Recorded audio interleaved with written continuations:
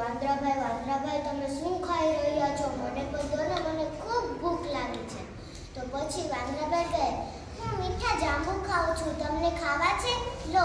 પછી મગરભાઈ ખાય છે અને કહે છે, વાહ, કેટલા સરસ મીઠા જાંબુ છે.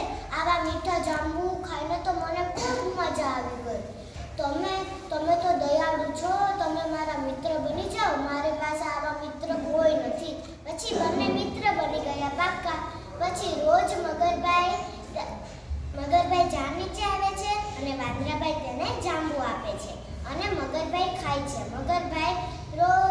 મગરભાઈ અને વાંદરાભાઈની રોજ મિત્રતા બની રહી. અને પછી એક દિવસ બંને નદીમાં સવારી કરતા હતા અને મગરભાઈએ વિચાર્યું અને વાંદરાભાઈને કહે છે, વાંદરાભાઈ, હું તમને એક વાત કહું. મારી પત્ની મગરી માટે પણ મને થોડાક જાંબુ લઈ જવા છે, મને આપશો? તો વાંદરાભાઈ કહે, હા, કેમ નહીં, લો ને, ચાલો આપણે ઝાડ નીચે જઈએ. પછી મગરભાઈએ તો કહે કે દો જલ્દી. પછી વાંદરાભાઈએ દીધા અને મગરભાઈએ લઈ અને તેને બીજા નદી કિનારે જાય છે અને તેની પત્નીને કહે છે, ઓ મારી પત્ની મગરી, હું તારા માટે શું લાવ્યો છું? જાંબુ. પછી તેની પત્નીએ જાંબુ ખાધા અને તેને ખૂબ મીઠા લાગ્યા. અને પછી તે કહે છે, વાહ, કેટલા સરસ મીઠા છે. આ તારા મિત્ર વાંદરાએ તને જાંબુ આપ્યા છે ને? આ મિત્ર તારો રોજ જાંબુ ખાય છે, તો એનું કાળજું કેવું મીઠું હશે. ચાલ, મને તેનું કાળજું લઈ આપ. પછી મગર કહે, ના, એ મારો મિત્ર છે, એ મને રોજ આપે છે અને હું ખાઉં છું, એ પણ ખાય છે. તેને તારા માટે મોકલાવ્યા છે, હું એની સાથે એવું ન કરી શકું. મગરી કહે, તું જો નહીં લાવીશ તો હું તારી સાથે બોલીશ નહીં.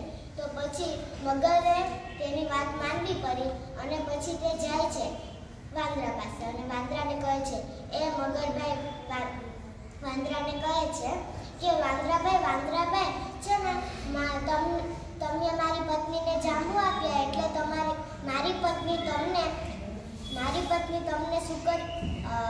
અભિનંદન. મારી પત્ની તમને મારા ઘરે જમવા બોલાવે છે. એટલે પછી વાંદરાભાઈ કહે કે ચાલો આપણે જઈએ. પછી નદીમાં જાય છે અને પછી નદીની વચ્ચે પૂગતા વાંદરાભાઈ કહે છે કે સાચું બોલો, તમારી પત્નીએ મારા માટે ભોજનમાં શું બનાવ્યું છે?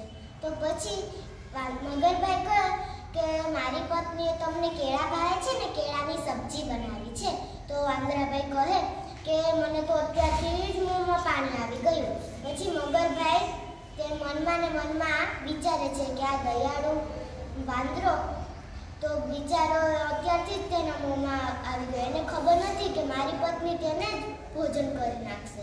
તો પછી તેના મનમાં તેને રહેવાનું નહીં અને મગર તો વાંદરાભાઈને સાચી વાત કહે છે કે વાંદરાભાઈ, હું તમને એક વાત કહું? તો વાંદરાભાઈ કહે કે કોને?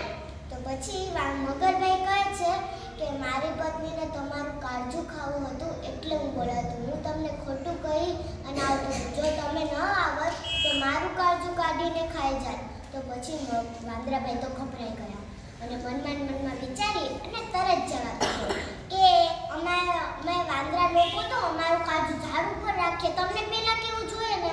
પછી મગર કહે, હા, હું પણ ગાડી એટલું ભૂલી ગયો.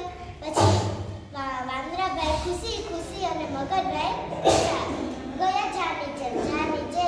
વાંદરાભાઈ એવો ઠેકડો માર્યો અને પછી ઝાડ ઉપર ચડી ગયા અને પછી મગરભાઈને કહે છે, એ બુદ્ધુ મગર, તને એટલી નથી ખબર પડતી? જો હું મારું કાળજું ઝાડ ઉપર રાખું તું મરી ન જા. હું તને રોજ જાંબુ હતું અને આપણે બે મિત્ર હતા. પછી તે મારી સાથે એવું કર્યું. હવે હું તારી સાથે બોલીશ પણ નહીં. તને કાળજું જોતું હતું ને, એ કાળજું, અને તને જાંબુય નહીં મળે. આપણી મિત્રતા તૂટી. પછી બિચારા મગરભાઈ તો ગયા નિરાશ થઈને. આ વાર્તામાંથી એ શીખ મળે છે કે તમે જેની સાથે મિત્ર કરો છો એની સાથે દગો ન કરાય. અસ્તુ.